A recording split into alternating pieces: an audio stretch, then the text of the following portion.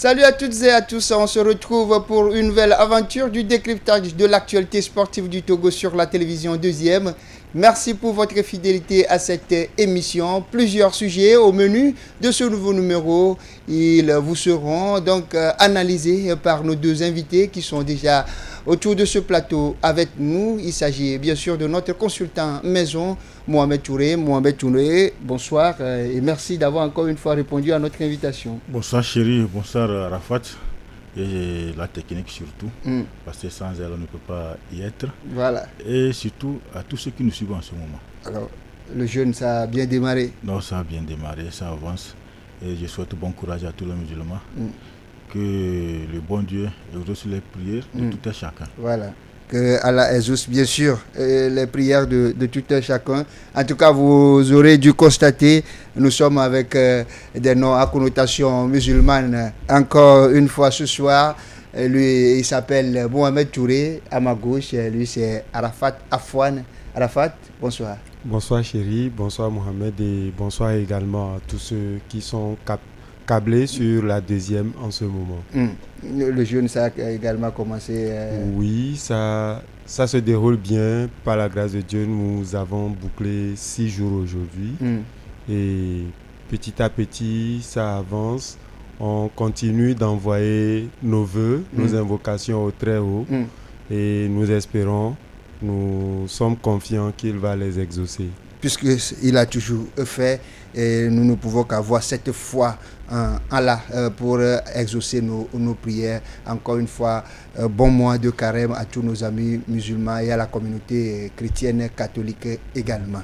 Voilà, on va donc démarrer ce nouveau numéro avec d'abord, vous l'évoquez, on va remercier derrière les caméras, c'est Amouzou Nanza. C'est lui qui est derrière les caméras ici en studio. De l'autre côté, c'est Alexandre Tchalim. Merci donc à eux. C'est eux qui vont nous accompagner tout au long de cette émission. On vous remercie encore une fois, chers amis téléspectateurs. On aborde la première rubrique de cette émission, Tour d'horizon. C'est parti.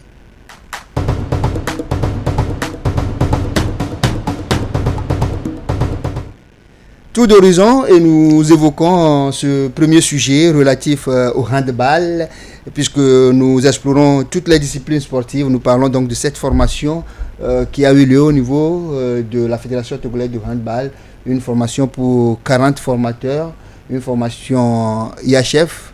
Il faut dire que de plus en plus, les fédérations sportives togolaises ont compris qu'il faut faire la formation des formateurs. Oui, c'est très important et il faut copier ce qui est positif sur les autres. Et aucune fédération ne peut en rester. Et je pense que c'est une bonne chose, puisque sans la formation, on l'avait dit ici, je pense, lorsque certains dirigeants étaient formés. Et au niveau du volleyball. On l'avait dit ici, sans la formation, rien n'est possible. Et on le souhaite que ardemment toutes les fédérations puissent imiter les pas des autres. Parce que c'est une très bonne chose. C'est la formation qui peut faire que les choses peuvent marcher. Donc je pense qu'on ne peut que les encourager. Voilà, on va dire bonne note donc pour la Fédération togolaise de handball dirigée par le doyen des doyens Auguste Dogbo, qui est également trésorier au niveau de la Confédération africaine de handball. En tout cas, il est revenu à la tête de cette fédération, comme quoi la relève n'a pas été bien assurée. Il veut implémenter bien les choses avant de repartir et on va dire qu'il est sur la bonne voie. Oui, il est sur la bonne voie. Vous savez, quand vous êtes vous-même passionné de la discipline, vous n'avez pas ou vous n'hésitez pas à mettre véritablement les moyens et à créer les conditions pour que le résultat souhaité soit vraiment au rendez-vous. Et Auguste Dogbo, aujourd'hui, ce serait un secret de polichinelle si nous disons que tout le monde connaît sa passion, tout le monde sait combien le monsieur il aime le handball togolais, combien il veut voir également monter le handball togolais sur l'échiquier international.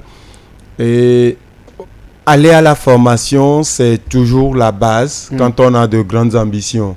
Et voir aujourd'hui la fédération lancer une formation pour 40 formateurs, ça montre déjà qu'on veut un temps soit peu d'abord relever le niveau des formateurs. Justement. Et également voir cela rejaillir sur sur les performances des équipes, des joueurs, afin que le Togo puisse vraiment reprendre, sinon retrouver aussi le sommet du handball togolais. Du handball africain, pardon. Du handball africain. Le Togo qui, dans les années 80, faisait partie de ces nations-là qui pilotaient le handball africain, notamment le handball de la sous-région africaine. On attend à ce que cette discipline revienne au devant de la scène. Oui, moi je suis surpris de la disparition du hand. Si j'ai un bon moment, lorsque j'étais au lycée de Sokodé, quand on joue les inter-écoles, lycée de Kara, lycée de Sokodé, un peu partout, mais tu sens vraiment une discipline qui vit. Et lorsque on venait jouer, quand il y a des matchs de championnat au niveau du stade municipal, c'est le football, nous allons pour le football. Mais à un moment, tu as envie de quitter le football pour aller passer à côté. Tu attends des cris par là, tu attends un peu partout. Mais c'est ce qui a disparu. Et moi, quand je vais maintenant suivre le match au stade municipal, vraiment j'ai les larmes aux yeux. C'est comme si le Togo ne vit pas. Parce que sans le sport, aucune nation ne peut vivre. Voilà. C'est le sport, surtout de nos jours, qui fait vivre toutes les nations. Licence D, on a vu IHF pour les 40 entraîneurs du handball togolais. Nous leur souhaitons bonne chance. Nous estimons ou nous osons croire qu'ils ont véritablement assimilé ce qu'ils ont appris tout au long de cette formation et que, comme Arafat le disait, ça va rejaillir sur la performance donc de nos athlètes. On suivra tout ça là de près dans les jours à venir. Deuxième sujet, dans cette rubrique Tour d'horizon, nous parlons escrime et le Togo s'est illustré du côté du Sénégal pour le compte du championnat d'Afrique de la Coupe du Monde. Le Togo qui a décroché trois médailles. Je précise que le tournoi c'est au niveau des jeunes, les cadets et les minimes, et donc 3 jeunes Togolais ont su quand même décrocher 3 médailles de bronze pour le Togo. C'est une bonne nouvelle. C'est une bonne nouvelle, surtout que ça concerne les minimes et les cadets. Donc ça veut dire qu'il y a l'avenir peut être rose si vraiment on suit ces enfants. Mais le mal c'est que quand ça commence comme ça, après tout, les enfants en retour, on ne sait pas comment. Ils disparaissent. Ils sont laissés à eux-mêmes, il n'y a pas de suivi. Et on n'a plus la suite. C'est ce qui est dommage pour le sport togolais. On commence, mais je pense qu'aujourd'hui, il y a une prise de conscience. Donc je pense que ces enfants, au moins on aura le regard sur eux. Et aujourd'hui, ils sont minimes, cadets. On souhaite que prochainement, ils deviennent juniors et voire même seniors. Et continuer par remporter des médailles. Surtout garder le cap, garder la constance pour pouvoir donc se faire un nom au-delà de ramener des médailles pour le Togo, pour faire vivre sa carrière et derrière toute une famille. Justement, le problème généralement avec les athlètes, les sportifs togolais, c'est beaucoup plus le suivi. Pratiquement dans toutes les disciplines, on a parlé du handball qui était la locomotive il y a de cela quelques années, mais qui aujourd'hui pratiquement est à la traîne. Et c'est malheureusement le cas dans beaucoup de disciplines sportives où on va à des compétitions, on salue les performances des athlètes, mais derrière, il n'y a plus rien. Lorsque la même compétition revient l'édition suivante, on se demande si le Togo a vraiment participé. Justement, aux éditions d'avant. Justement, et ça relance aussi le débat de la formation de ces athlètes. Quand aujourd'hui, ces jeunes athlètes-là reviennent avec 3 médailles de bronze, qu'est-ce qu'on fait d'eux? Est-ce qu'on les laisse toujours traîner à Lomé ici avec les moyens de bord? Sur les pistes togolaises. Avec des moyens de bord et tout, ou on accepte d'investir pour que ces jeunes-là aillent se faire former à l'étranger ou dans des conditions beaucoup plus idoines afin de les faire revenir lorsqu'il y a des compétitions et les voir vraiment grimper en termes de niveau, en termes de performance. Et quand on parle de formation pour ces athlètes-là, tout de suite, on pense bien évidemment à la fédération, mais beaucoup plus au comité national olympique et aussi au ministère des Sports. Et aujourd'hui, quand on sait un peu l'état des relations entre la fédération togolaise d'escrime et le comité national olympique du Togo, on se demande si ces athlètes-là ne sont pas plutôt les premières victimes ou les principales victimes de ce bras de fer qu'il y a entre les deux entités. Le CNO qui a suspendu la Fédération togolaise d'escrime et cette fédération qui continue quand même ses activités et on le voit qui revient avec des médailles, ce qui veut dire que le travail qui est fait est en train de porter des fruits. Et d'ailleurs, si ces athlètes-là ont pu sortir pour aller participer à une compétition, ça voudrait dire que quelque part, l'État ou l'autorité a donné son onction. Justement, puisqu'il ne peut pas y avoir de sortie sans autorisation de sortie. Justement, on a vu quand en temps ça avait posé problème, l'ancienne ministre des Sports avait sorti une note pour préciser que il faut obligatoirement une autorisation de sortie.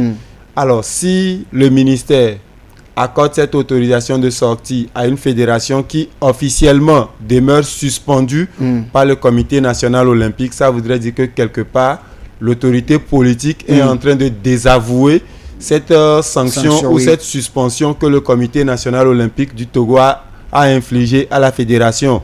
Alors, qu'est-ce qu'on fait? Est-ce qu'on maintient la situation comme ça ou on essaie quand même d'arrondir les bords parce que quoi qu'il arrive, aujourd'hui avec cette situation, s'il y a des bourses qui arrivent ou il y a des opportunités pour que des athlètes aillent se faire former, le CNO ne peut pas se désavouer en accordant une bourse à une fédération suspendue. Justement.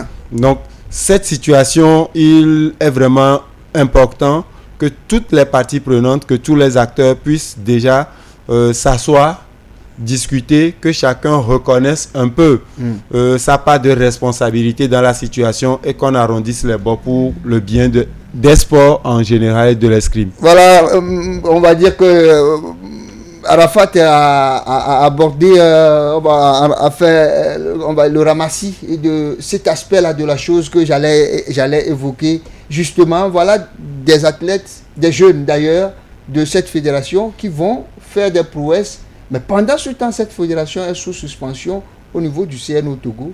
Et comme il a évoqué, cette fédération a bénéficié quand même d'une autorisation de sortie pour aller représenter le Togo. Est-ce que quelque part là, il n'y a pas, c'est pas un peu paradoxal? Il n'y a pas une contradiction dans la démarche à ce niveau? Mais je pense qu'Arafat a tout dit. Il a tout dit. Aujourd'hui, moi, à quoi sert ces guéguerres au sein du CNO? Du CNO. Ça ne sert à rien, parce que ce n'est pas la seule fédération. Oui, il y en a elles sont quatre. La Fédération togolaise d'escrime, celle de hockey, de la natation et du cyclisme. Vous voyez, le cyclisme, natation. Mais ça serait une grave erreur. Moi, je pense qu'il est temps que ce désordre disparaisse, que l'autorité tape du poing sur la table. Alors, selon nos informations, l'autorité a déjà reçu les présidents des fédérations concernées, les 4 fédérations. Oui, aujourd'hui, moi, je peux dire que c'est un désaveu pour le CNO, parce que si ces athlètes ont pu sortir du pays, ça veut dire qu'il y a une autorisation. Justement. Ça veut dire qu'il y a une autorisation. Donc maintenant, il revient au CNO de comprendre. Cette discipline que j'ai suspendue, des disciplines capitales pour le sport que j'ai suspendu, à quoi cela me rapporte? C'est-à-dire que le CNO doit se poser cette question et revenir maintenant à la négociation. Il ne sert à rien. Est-ce que le CNO peut se lever la suspension comme ça, ou quelque part le ministère n'a pas le devoir de les appeler? Aujourd'hui, pour le bien du sport togolais, pour l'intérêt commun, le CNO peut revenir sur le pied et lever vraiment cette sanction sans que personne n'intervienne. C'est ce que les autres vont dire. Il a agi en bon garçon, en bon homme. Un homme n'a pas besoin de négociations pour pouvoir revenir à la raison. Alors, puisqu'il se dit également que, vous l'avez également effleuré tout à l'heure, que si on ne sait pas faire, les principales victimes seront ces athlètes-là, puisque aujourd'hui, vous l'avez dit, si bourse il y a, ces jeunes-là peuvent profiter, mais vu le contexte, on ne peut pas donc leur octroyer cette bourse et c'est eux qui en pâtissent finalement. Effectivement, les anciens disent que lorsque 2 éléphants se battent dans la forêt, ce sont les fourmis qui en pâtissent. Oui. Et c'est justement la situation dans laquelle on se retrouve parce que quand les 2 institutions se battent, personnellement, ni le président de la fédération, ni celui du CNO, personne d'entre eux ne perd quoi que ce soit, rien du tout. Ils ne perdent rien. Par contre, ils gèrent les sports, mais ce ne sont pas eux qui pratiquent donc les sports concernés. Par contre, derrière, ce sont les sports, comme vous le dites, et sinon les disciplines concernées qui en pâtissent. Et quand on dit que les disciplines en pâtissent, c'est que les athlètes ne bénéficient plus d'accompagnement technique nécessaire pour pouvoir performer. Les encadreurs de ces athlètes-là ne peuvent plus aller faire des recyclages et donc ne peuvent pas relever leur niveau pour mieux encadrer les athlètes. Et lors des compétitions, si pendant les éliminatoires, les athlètes qui doivent aller n'ont pas vraiment le niveau, ça voudrait dire qu'ils vont toujours s'arrêter à cette phase d'éliminatoire et ne jamais participer aux phases finales de ces compétitions. Donc, derrière, quand on voit toutes les conséquences qu'il y a par rapport à la situation qui prévaut, l'idéal, c'est vraiment qu'on puisse aller vers une résolution de conflit. Tout de suite, vous avez demandé si le CNO lui-même peut se lever comme ça et lever ses sanctions et tout. Moi, je pense que c'est une décision qui a été prise en interne au niveau du CNO Togo, parce qu'on nous a dit que c'est la commission de discipline du CNO Togo qui a pris cette décision parce que les dites fédérations ne respectaient pas certaines conditions. Justement. Alors, qu'est-ce qu'on fait pour aider ces fédérations-là à rentrer dans l'ordre et à se conformer à ce que les tests disent pour maintenant retrouver leurs droits, ou qu'est-ce que les fédérations elles-mêmes font pour pouvoir aussi ajuster ce qu'on leur reproche et se conformer également. Si chacun reste dans son camp pensant avoir raison, c'est normal que la situation perdure et qu'on soit maintenant obligé de solliciter l'intervention du ministère, sinon de l'État, pour trancher, et jouer à la médiation et, s'il le faut, même taper du poing sur la table pour que chacun joue sa partition. C'est la question que j'allais vous poser. Si vous avez parlé du comportement en bon garçon du CNO, mais au-delà, si les positions sont campées, c'est ce que nous sommes en train de voir, est-ce qu'il n'y a pas lieu que le ministère agisse, quoique on va dire ceux qui tiennent le portefeuille, sinon les portefeuilles de ce ministère-là sont, on va dire, sont des novices. Ils peuvent quand même résoudre ce problème et ils urgent désormais qu'ils s'appesantissent sur ce problème. Oui, aujourd'hui, le plan international, c'est l'image du pays qui est salie. Parce que je me rappelle entre-temps le président de la Fédération de natation qui disait qu'il y avait des bourses qui étaient accordées, que c'est bloqué au niveau du CNO. Oui. Mais ce n'est pas le Togo seul qui a bénéficié de ces bourses. Lorsque sur le terrain, les autres pays sont là, on constate l'absence du Togo. Quelle sera la justification? Mais la bourse a été donnée. Donc d'une manière ou d'une autre, si les deux ne veulent pas faire l'apaisement, alors là, il est temps que le ministère prenne ses responsabilités. Parce qu'aujourd'hui, c'est l'intérêt personnel qui amène ces guéguerres. Ce n'est pas l'intérêt commun. Chacun veut se faire la tête parce que j'ai des mentors derrière qui me soutiennent, parce que je compte sur celui-ci, je compte sur l'autre là, que je peux faire. Et vous voyez, le silence absolu, personne n'intervient. Justement. Donc il est temps qu'au moins il y ait un arbitre qui tape du poing sur la table. Parce que ça ne profite guère à personne. Appel donc à Abdoul Fofana et à Madame Assi pour que ce problème soit résolu. Nous avons appris quand même qu'ils ont reçu en audience les responsables de ces 4 fédérations et leur ont promis de faire quelque chose par rapport à la situation. Avec cette nouvelle prouesse des jeunes escrimeurs togolais, il est de bon ton qu'ils reviennent rapidement sur le sujet afin de trouver une porte de sortie. Parlant des jeunes, il y a également des initiatives dans le domaine du football qui veut permettre à ces jeunes-là d'éclore leur talent. Il s'agit bien sûr de la Ligue majeure des académies ou de la Ligue... Comment ça s'appelle? La Ligue majeure des académies. Des académies. LMA. Voilà, Ligue majeure des académies. Il y a une journée qui a été encore disputée la dernière fois et on apprend qu'il y a d'ailleurs une sélection qui est faite. Alors, on sait qu'à l'issue de ces tournois-là, entre-temps, il y a de ces voyages-là qui amènent les enfants à aller jouer une compétition en Europe. Mais derrière, c'est le statu quo. On ne sait plus comment ça se fait. Est-ce que les enfants repartent? Est-ce qu'il y en a qui sont... La dernière fois également, on a appris qu'il y a eu une séance de détection avec Koubadia Kader. Si on prend toutes ces initiatives-là, on va dire, sur une sorte de bonnes initiatives, mais quelque part, on rentre un peu dans le flou quant, on va dire, à l'avenir donc, de toutes ces initiatives-là. Oui, ce n'est pas la première fois qu'il y a de telles initiatives. Tu en es un des promoteurs avec Sergio Sport. Tournoi de la jeunesse au niveau de Sergio Sport. Oui. Il y a tournoi Made in Togo que mon ami Stéphane Figoutou. Oui. Il y a souvent un tournoi à Sport FM, un peu partout. Mais après cela, on ne sait pas ce que ça. Même au niveau du district préfectoral d'Aguanivé, ça se joue. Maintenant, c'est la suite. À la fin de ces tournois, qu'est-ce que nous avons? C'est le point d'interrogation. À part quelques tournois où on prend peut-être 2-3 joueurs, tu attends que celui-ci joue au niveau de tel club, première division. À part ça, il n'y a rien. Il n'y a rien.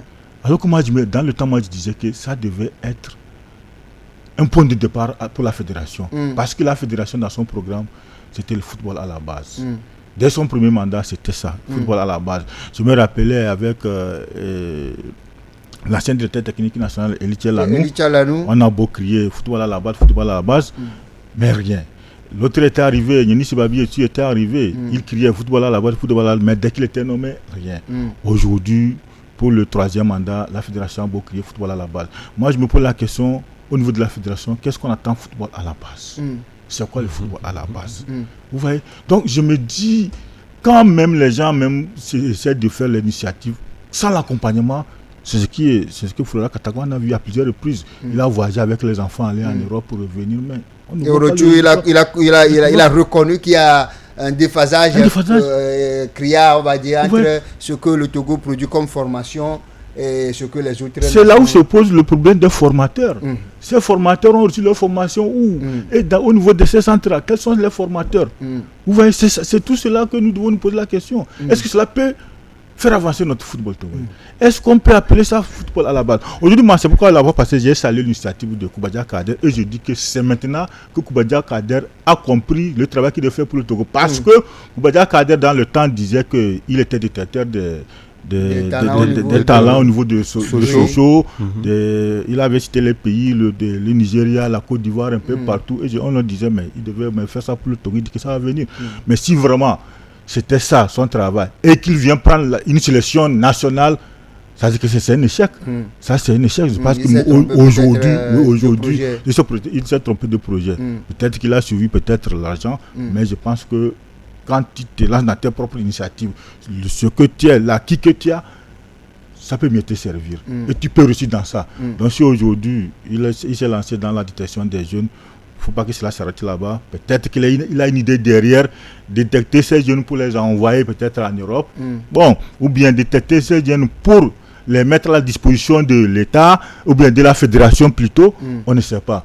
On attend de voir. On ne peut que souhaiter vraiment une bonne chance.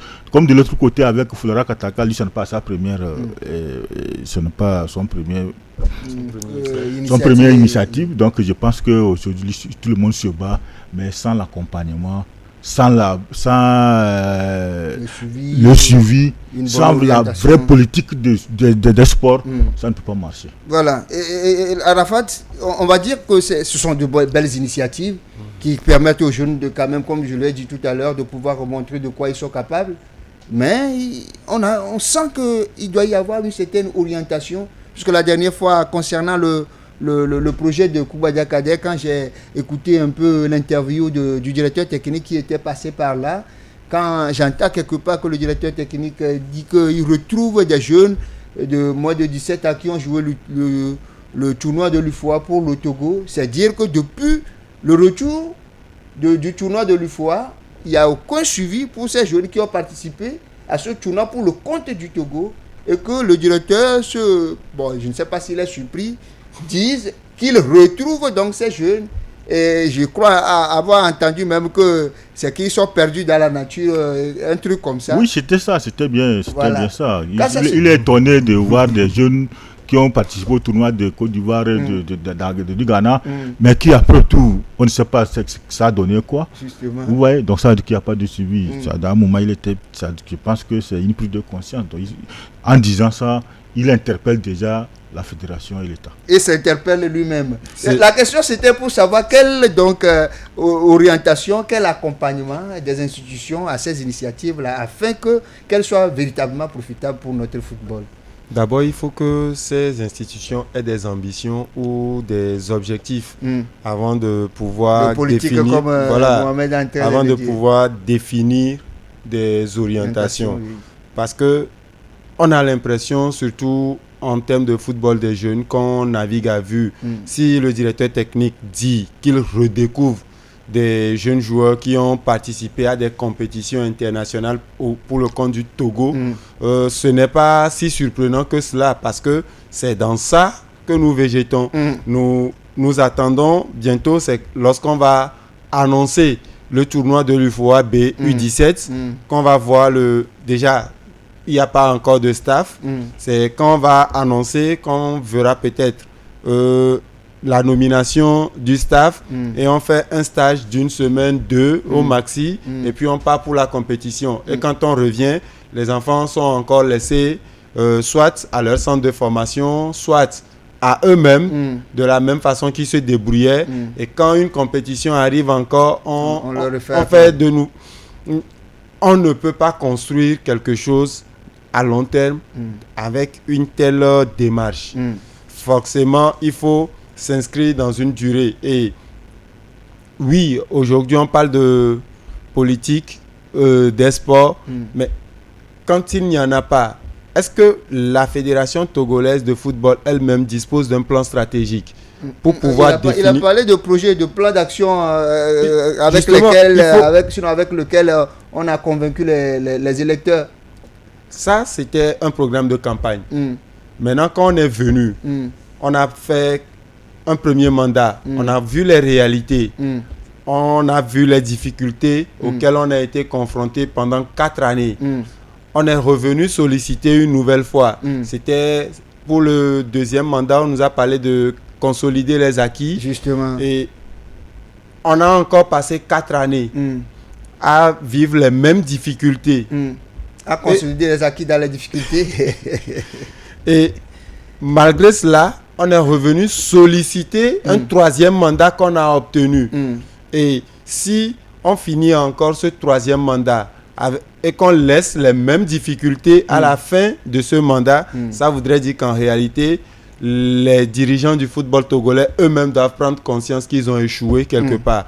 Donc, récemment, quand vous prenez le Zimbabwe, la fédération a décidé de prendre sous sa direction tout ce qui est football de jeunes, les académies, les ligues et tout ce qui se joue, tout ce qui est fait en termes de football de jeunes. La fédération a décidé de récupérer tout cela pour mieux organiser. Ça veut dire que cette fédération a quand même des ambitions et veut déjà commencer par poser les pas et aller vers ses ambitions. Chez nous, qu'est-ce qu'on fait?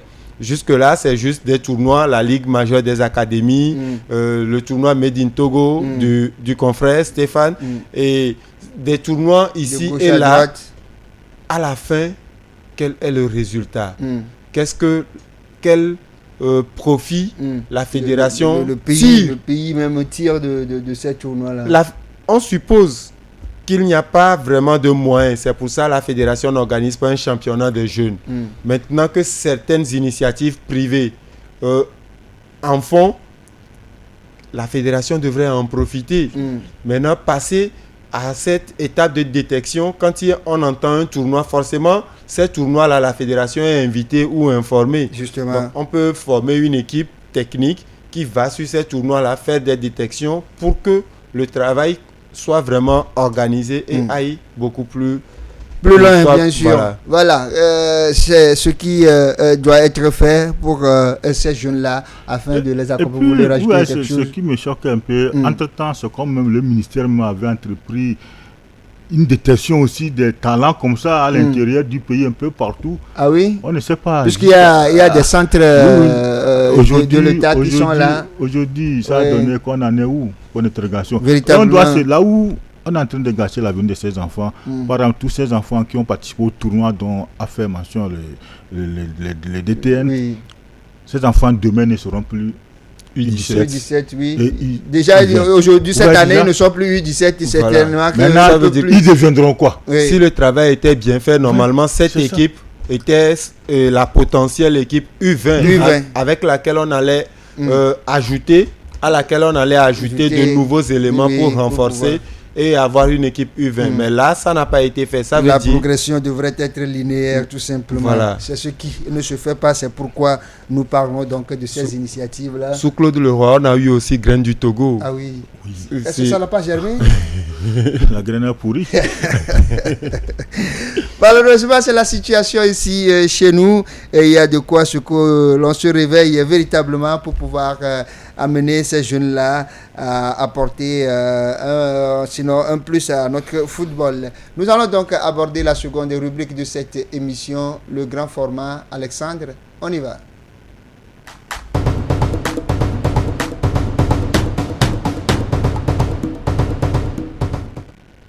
Alors, nous restons en football, bien sûr, et nous évoquons ce qui fait l'actualité depuis quelques jours. C'est la nomination de Patrice Neveu à la tête de la sélection FANUO du Togo. En tout cas, ça a parlé tout au long de la semaine. Nous abordons une nouvelle semaine. On attend donc l'arrivée de Patrice Neveu. Mais ce soir, je ne vais pas vous soumettre à l'analyse de sa personne ou de son choix. Je vais plutôt vous soumettre à un exercice. Ce que le Togo doit faire, puisque le vin est tiré, il faut le boire. Patrice Neveu, à moins que lui-même à un moment donné se dise je ne viens plus au Togo, on pourra recommencer le processus. Mais s'il est partant, c'est que le vin est tiré et on devra le boire tout simplement. Mohamed, ce soir, je vais vous demander qu'est-ce que le Togo doit faire pour que la venue de Patrice Neveu chez l'oncle togolais ne soit pas une venue inutile. Je vais commencer, on va citer les différentes parties prenantes dans cette situation-là, les gouvernants dans un premier temps. On ne peut que le souhaiter la bienvenue, même s'il n'est pas encore arrivé au Togo, comme il a été nommé. Normalement, on avait appris qu'il devait être là aujourd'hui. Justement. Aujourd'hui, lundi. Oui. Bon, on ne sait pas si... Il est arrivé, peut-être... Il est arrivé ou pas. Oui, et je n'ai pas l'information quand même. Je ne sais pas si Arafat aussi, bon, également, je n'ai pas l'information. C'est que c'est un chantier très énorme. Et il doit être accompagné. En tant que Togolais, on ne peut que le souhaiter bonne chance pour le travail qu'il vient pour faire. On sait ce que nous traversons, on sait ce que nous vivons. C'est très énorme. Et moi, du coup, je l'ai souvent dit, c'est de ne pas lui mettre la pression. Il faut vraiment une feuille de route. Il ne faut pas dire que tout te coûte, on doit participer à la CAN 2027. Ça, vous vous adressez au premier responsable du pays. Nous le disons, cela, c'est déjà un échec. On signe un bon contrat sur au moins entre l'intervalle de 2 CAN. Et si 2027 vient, on prend. Mais l'objectif, c'est la CAN après 2027. On ne sait pas si c'est 2029 ou bien 2000 combien, on ne sait pas. Parce qu'avec les modifications au niveau de la CAF, on ne sait pas. Mais moi, mon objectif pour lui, c'est de venir au Togo, mettre une équipe locale en place. Il doit être accompagné, même s'il lui avait son staff, il doit être accompagné au moins de 2 nationaux. De 2 nationaux qui ont fait le terrain, qui connaissent un peu le terrain, qui connaissent un peu le football local, même si certains disent que notre championnat n'a pas de niveau. Effectivement, notre championnat n'a pas de niveau, mais on a des talents qu'on peut tellement éclore. Donc, il faut qu'il soit sur le terrain, il vit ferme, il réside permanemment au Togo, il suit notre championnat. Avoir un noyau local. Alors, s'il doit résider au Togo, le Togo doit quand même lui trouver un logement et qu'on sort. Bien sûr, bien sûr, les autres sont venus, ils ont résidé, ils ont des logements, ils n'ont pas dormi à l'air libre. Donc, quel que soit le cas, il aura un logement. Donc, il doit mettre vraiment l'œil sur le football national. Et moi, je pense que ça devait être une opportunité pour nos dirigeants de discuter avec lui d'éventualité, qu'est-ce qu'il peut apporter à part ce qu'il vient faire. Donc, pour moi, il doit être un entraîneur sélectionneur. Il doit suivre permanemment notre championnat, avoir vraiment des hommes capables de l'accompagner un peu partout et non pas des arrivistes. Il ne doit pas être accompagné par des arrivistes. Parce qu'aujourd'hui, au niveau des adjoints, je pense qu'au niveau, c'est ce qu'ils avaient de la fois passé au niveau de la radio sport, que si en tant qu'à moi, C'est maintenant qu'on verra si l'association des entraîneurs fonctionne. Les entraîneurs au moins doivent parler d'une seule bouche. Celui qui sera choisi en tant que local pour accompagner Patrice Neveu, tous les entraîneurs doivent être derrière lui et le soutenir. Même si ce n'est pas lui le plus fort, bien le plus meilleur parmi eux, en l'accompagnant, il deviendra meilleur. Donc je pense que pour moi, c'est ce que je pense pour Patrice Neveu en attendant. Alors, donc, quand vous le disiez la dernière fois, on a évoqué également la question du niveau de celui qui doit être choisi aussi. On doit être de commun accord. Mais toujours est-il que, vous l'avez dit, si la personne est choisie, elle doit être accompagnée. Voilà, les dirigeants, c'est ce que Mohamed dit, les dirigeants, ils doivent être pragmatiques par rapport à cette venue de Neveu, ne pas lui mettre la pression, lui mettre en place une feuille de route à suivre et essayer de l'accompagner à tous les niveaux. Vous êtes partant? Oui, je suis d'accord. Aujourd'hui, il est clair que le Togo vient de manquer 4 CAN consécutives. Et de surcroît, c'est lorsque le nombre de pays participants à cette compétition a grimpé. Justement. Que nous n'avons plus participé. Ce qui fait qu'à chaque fois qu'on s'engage pour les éliminatoires, on est tenté de dire qu'on veut se qualifier. Mais se qualifier, justement, se qualifier, oui, parce qu'on veut se retrouver à la CAN, on veut jouer la CAN. Mais derrière, quel travail nous faisons? On n'en fait pratiquement pas. C'est pourquoi je suis d'accord lorsque les gens disent qu'un nouveau sélectionneur, il faut déjà oublier la prochaine Coupe d'Afrique des Nations et lui donner beaucoup plus de temps, ne pas lui mettre la pression comme Mohamed l'a dit, et qu'il travaille, qu'il déroule tout un programme. Sur le plan football local, pour avoir un peu revisité le parcours de Patrice Neveu, je me permets d'être un peu optimiste parce qu'on a vu le travail qu'il a fait en Mauritanie. C'est sous lui que la Mauritanie s'est qualifiée pour la première fois au CHAN. Et qui dit CHAN parle de l'équipe nationale locale. Ça veut dire qu'il a fait un travail là-bas et qu'il a su détecter des talents locaux. Donc au Gabon également, il avait essayé, et ce qui lui a permis à un moment donné de pouvoir fermer la porte de la sélection à des cadres qui pensaient être vraiment indéboulonnables, notamment Pierre-Emerick Aubameyang et tout. Il a tenté également quelque chose en République démocratique du Congo, mais là, il a eu moins de succès avant de partir. Donc, je pense qu'en termes de football local, avec son parcours, je prends le risque d'être optimiste et de croire qu'il réitérera la même chose au Togo. Maintenant, quand Claude Leroy était là, on a entendu déjà dès qu'il est venu, il a dit qu'à toutes les journées FIFA, il exige que le Togo puisse avoir un match. Là, on parle de journée FIFA en mars, alors qu'on ne connaît pas encore le programme du Togo. Même si la Guinée, je crois, a annoncé récemment qu'elle va jouer un match amical contre le Togo. Officiellement, il n'y a aucune information, aucune communication. Donc, c'est important de saisir aussi avec Patrice Neveu toutes ces occasions pour lui permettre de tester régulièrement les joueurs et de pouvoir asseoir une équipe dans la durée. Pour côté dirigeant, voilà, c'est ce que je pense. Ils doivent apporter. Dirigeants, on incombe la fédération, mais spécifiquement la fédération a un rôle à jouer aux côtés du sélectionneur pour lui permettre de pouvoir réussir. Oui, qui parle de l'équipe Fanny, on parle de la fédération. C'est la fédération qui doit rendre compte à l'État de ce qui se passe. Donc aujourd'hui, quand on parle du football, c'est la fédération index avant de voir qui que ce soit.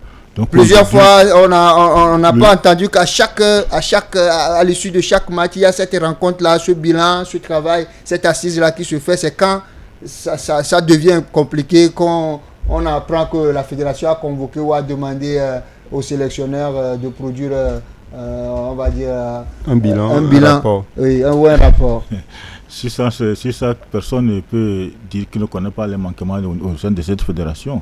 Il y a beaucoup de manquements. Je ne sais pas si c'est par négligence ou bien, bon, je ne sais pas, je ne peux pas employer certains mots, mais on les invite à revenir, à revoir vraiment les mandats passés, ce qui n'a pas marché.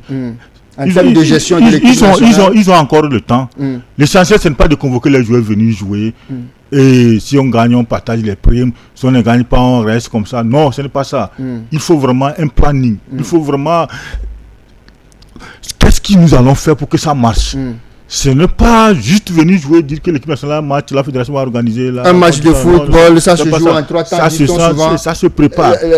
L'avant, le pendant et l'après. Il y a beaucoup de choses qui entourent cela. On ne peut pas dire il faut gagner, c'est tout, on attend, ça n'a pas marché. Après tout, il faut crier de gauche à droite que non, c'est celui-ci le coupable. Non. Moi, en matière d'échec au niveau de l'équipe Fagnon, c'est la fédération, parce que rien n'est organisé. Sans mentir, au niveau de la fédération, rien n'est organisé. Tout est là. C'est comme si c'est des gens qui dorment et puis on les réveille.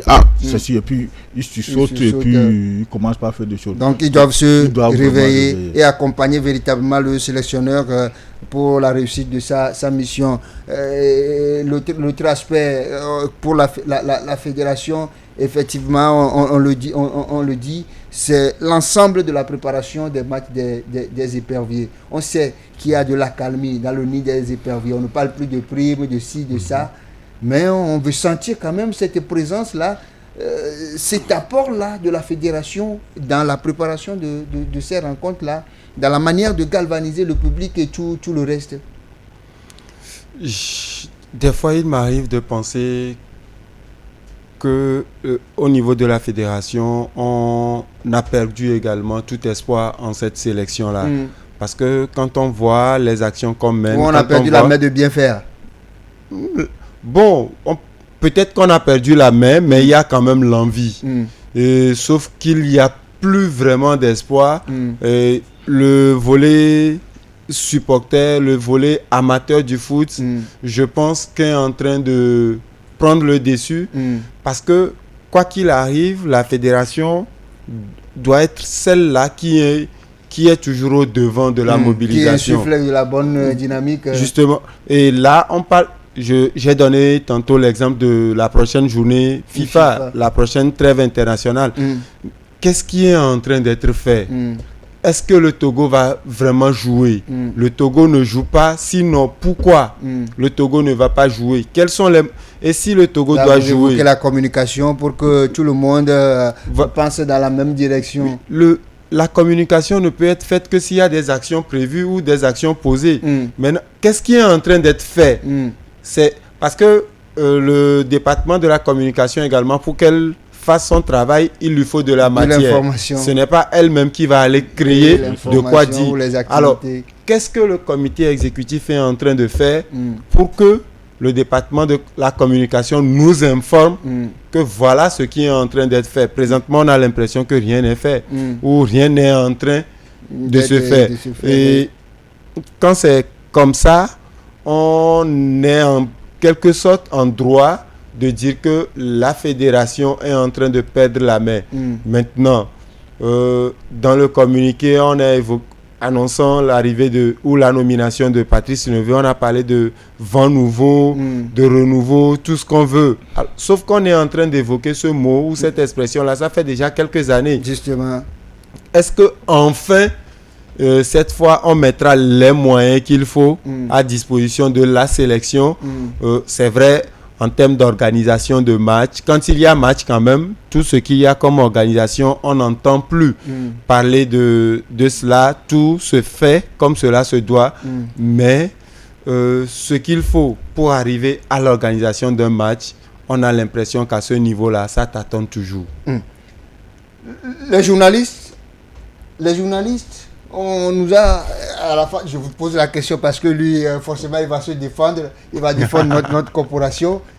Des fois, ce sont les journalistes aussi qui envoient des pics par ici, par là, et ça désoriente le sélectionneur. Est-ce que quelque part, avec le contexte actuel, les journalistes également ne doivent pas parler de la même voix pour accompagner le sélectionneur? Les journalistes togolais envoient des pics. Il faut suivre les chaînes camerounaises. Il faut suivre il faut suivre les chaînes ivoiriennes. Oui. Il faut suivre les chaînes sénégalaises. Et voir des pics. Au Togo, il n'y a rien. Je vous le dis. Surtout au Cameroun. Il faut être quelqu'un pour parler. Franchement, Samuel Eto'o, franchement, c'est un gars aussi qui a le cœur. Sinon, si c'est quelqu'un, il allait craquer. Mais il tient dur et puis ça avance. Donc je pense qu'aujourd'hui, les journalistes font leur travail. Et quand ça ne marche pas, par exemple, nous avons parlé de manque de communication. Mais quand le journaliste est là, il n'attend rien. Le journaliste ne sait pas ce qui se passe.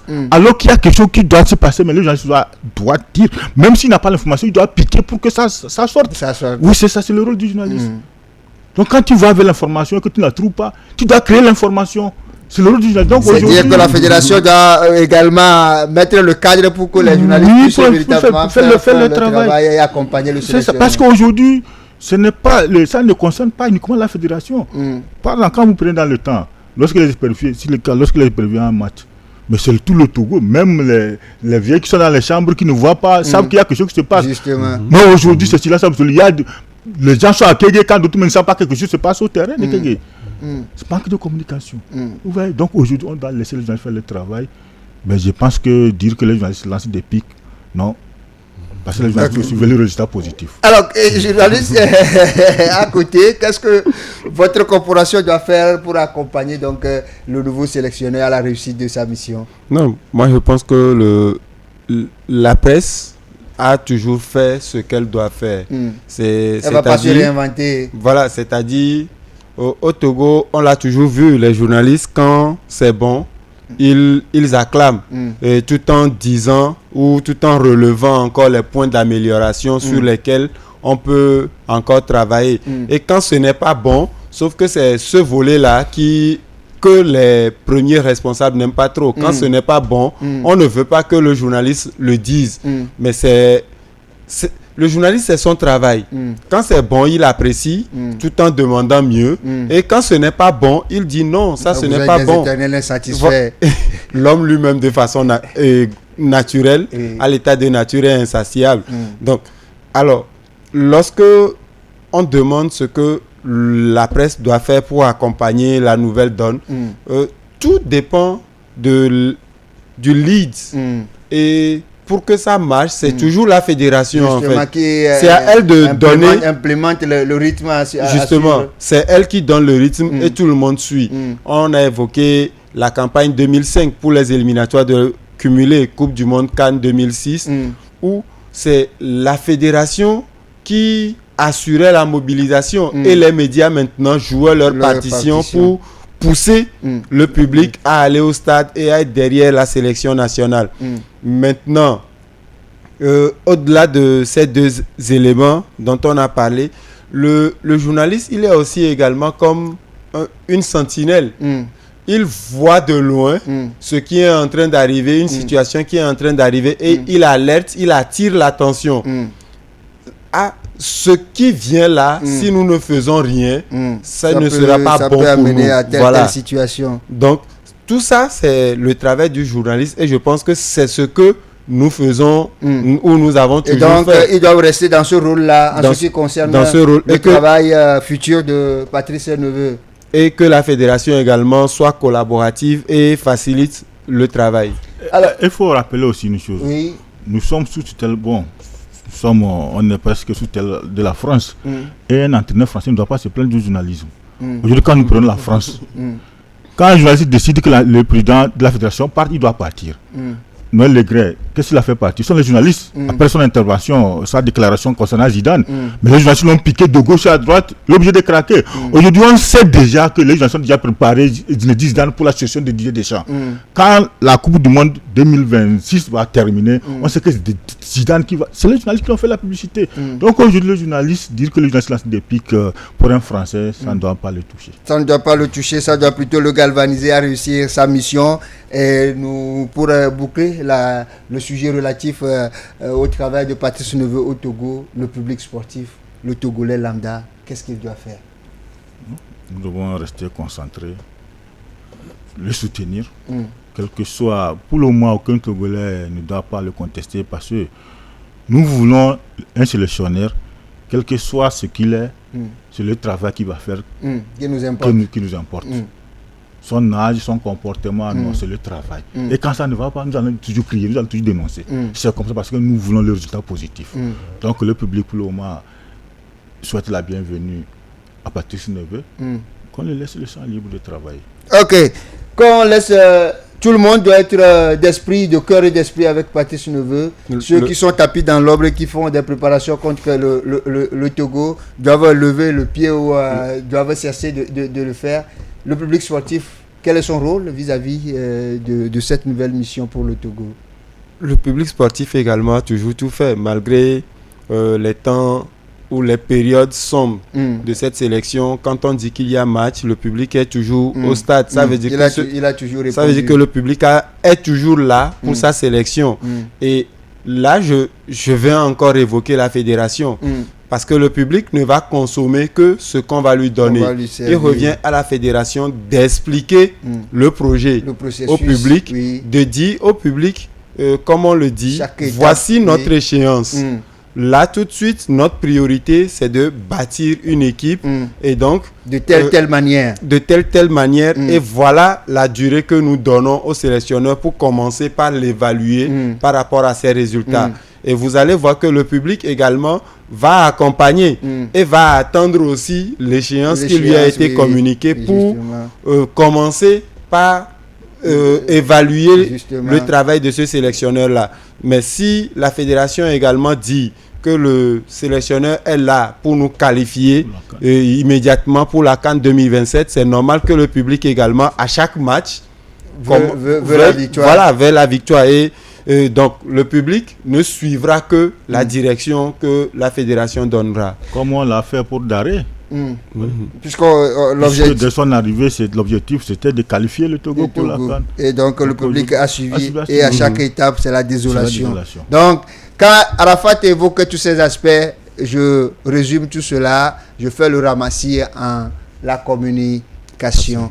La communication à tous les niveaux. Voilà pour ce qui concerne donc la mission future de Patrice Neveu chez l'oncle Togo. En tout cas, on attend de voir ce que ça va donner. Espérons qu'il atterrisse ou qu'il est déjà dans nos murs et que dans les jours à venir, il va donc rencontrer les dirigeants, ensuite rencontrer la presse pour que le public soit informé de la marche à suivre. Dernière rubrique de cette émission, quelques minutes encore, nous allons aborder les projecteurs et nous allons les braquer sur le championnat national de football de première division. Allons-y.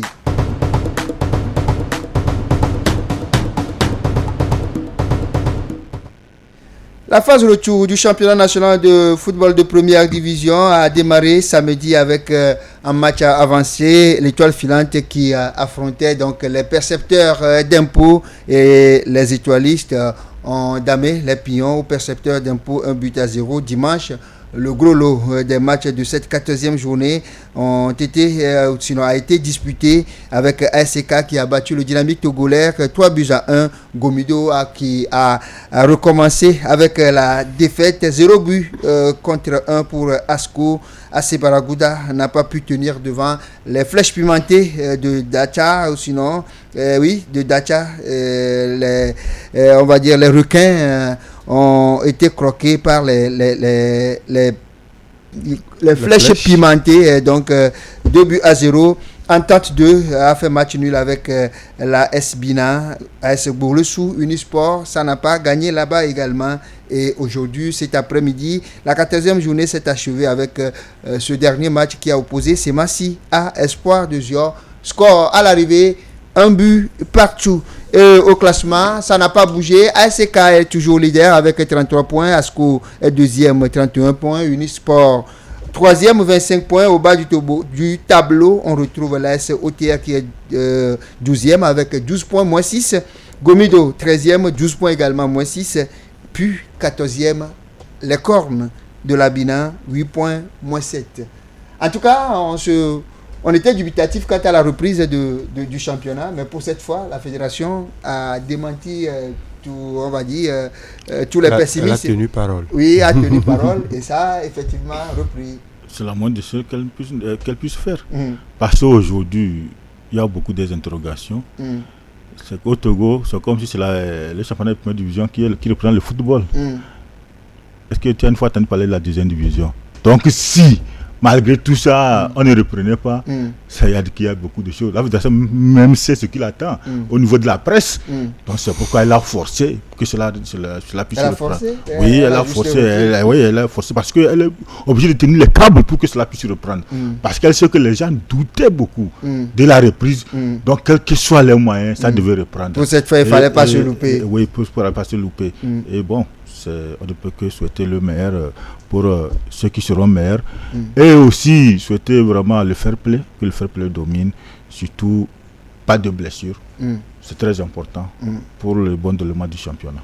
Alors sur le terrain, ça a joué, on se dirait encore au niveau de la première phase, puisque les résultats, quand on les observe un peu, c'est comme la première phase qui a tout simplement repris avec les difficultés toujours pour Gomido, ASK qui a assuré les matchs nuls par ici par là. On a repris avec les prudences puisque les scores également sont tellement étriqués. Déjà quand vous voyez les scores de ces matchs-là, c'est en réalité l'image du championnat national. Ceux qui mettent les moyens et travaillent avec beaucoup plus de sérieux, ce sont eux qui sont devant, ce sont eux qui gagnent souvent. Et ceux qui ont des difficultés et où il y a encore des problèmes en termes d'organisation autour de l'équipe, autour du club, eux, ils sont toujours en difficulté et dans ces conditions-là, on ne gagne pas, on n'avance pas. Quand vous prenez ASK, ASCO, Étoile filante, Unisport, voilà, vous sentez quand même un certain sérieux autour de ces clubs-là et les résultats également le témoignent. Maintenant, Gomido, même si ça ne se dit pas officiellement, on entend qu'il y a quand même des problèmes autour de l'équipe ou quand on dit par exemple que le président du club n'aurait pratiquement pas suivi un seul match du club depuis que la saison a démarré, c'est que ça pose un problème. Est-ce volontaire ou forcé? On ne saurait le dire en ce moment, mais je trouve que ce n'est pas normal qu'un président de club n'assiste pas, ne serait-ce qu'au match à domicile de son club, c'est que ça pose problème. Maintenant, l'AS Bina, oui, depuis que ce club est venu en première division, ce n'est pas vraiment le grand club où ils n'ont pas un jeu totalement explosif, mais ils essaient quand même de tenir. Cette fois, est-ce que c'est parce que l'effectif n'a pas été renforcé à l'intersaison que ça leur pose problème ou est-ce qu'il y a aussi des problèmes d'organisation autour? On ne saurait le dire, mais les résultats sont là et si les dirigeants du club trouvent que ce n'est pas leur place, alors ils savent ce qu'il y a à faire pour vraiment remonter et retrouver la place qui est la leur. On parlera surtout de la SOTR qui est vraiment la maison de Mohamed qui est en péril. Vraiment en difficulté cette saison. On nous a dit que probablement la phase retour, ça pouvait changer.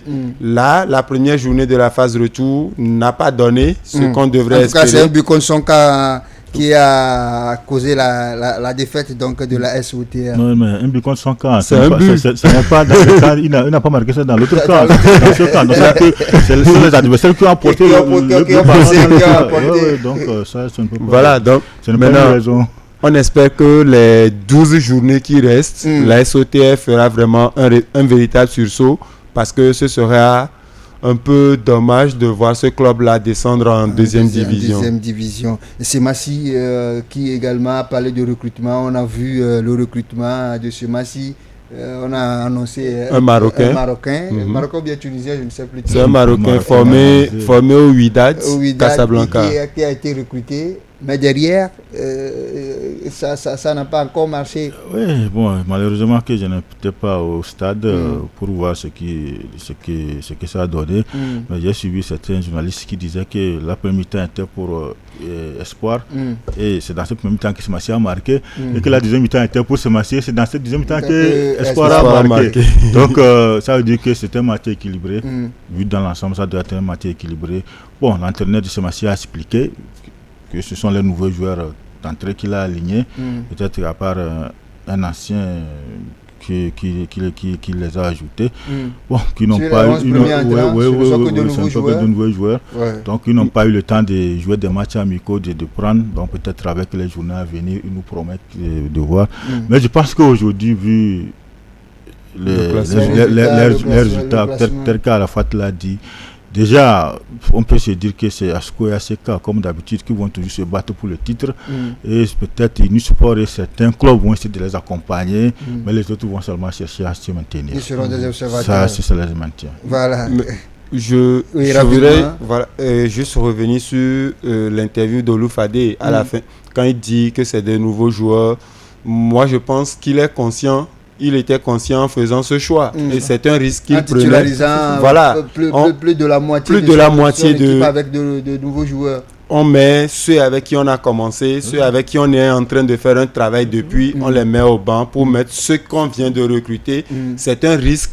J'estime qu'il était conscient en prenant ce risque-là. Et voilà, il l'a assumé. On espère que soit la mayonnaise va prendre et qu'il va continuer sur cette dynamique, ou il va essayer maintenant de colmater les brèches et de faire un mélange entre ces anciens et les nouveaux qui répondent au mieux pour relancer son équipe. Ça concerne Semassi Football Club de Sokoré qui entre-temps est sous la suspension de la Fédération togolaise de football et qui devra jouer ses matchs à domicile à Tchévier.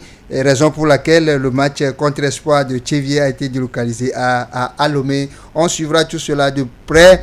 Et Arafat évoquait un temps, on va dire, le niveau ou l'organisation au niveau de ces équipes-là, l'État, la Fédération, toutes les parties qui accompagnent le football togolais avaient décidé d'amener ces clubs-là à se professionnaliser. Ça a été annoncé. Derrière, c'est le silence radio. Une semaine est encore passée, rien. Mohamed, qu'est-ce qui se passe concrètement? Je l'avais dit et je vais toujours le dire.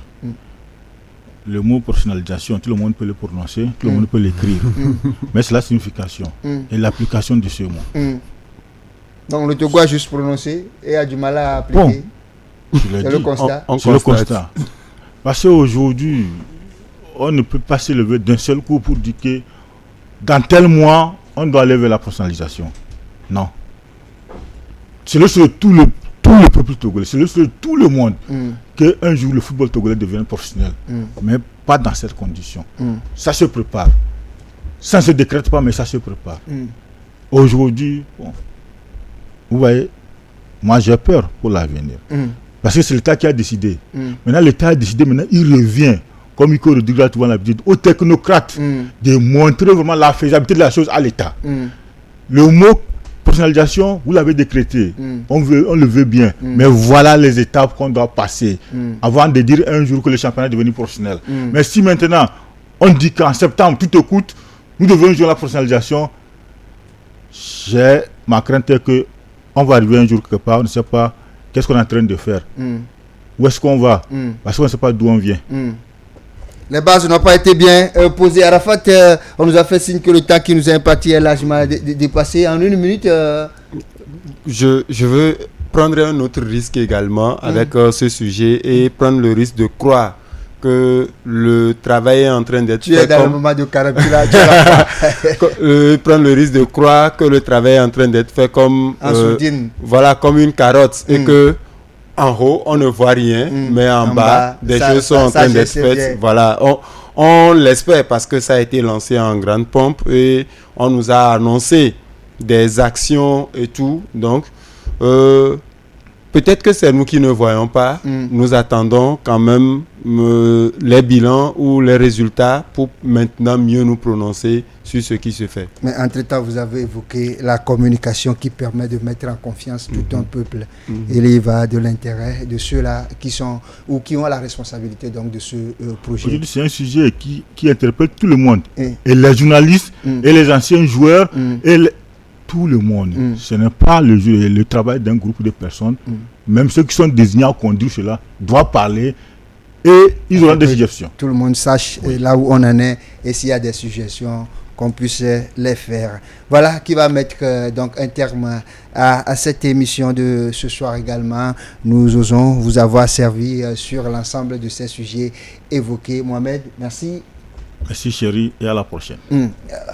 Arafat, merci également. Merci à vous aussi pour l'invitation et à très bientôt. À très bientôt et bonne suite de carême à vous deux et à tous les musulmans. On remercie également Amouzou qui était derrière les caméras ici en studio, très fatigué mais il a tenu. De l'autre côté, c'est Alexandre Tchalim qui nous a accordé des minutes de plus. Quant à vous, chers amis téléspectateurs, on ne cessera de vous remercier pour votre fidélité légendaire à cette émission et on ne cessera jamais de vous dire que l'erreur est humaine, mais s'entêter dans l'erreur est diabolique et qui évite l'humilité invite tout simplement l'humiliation. Au revoir, à lundi.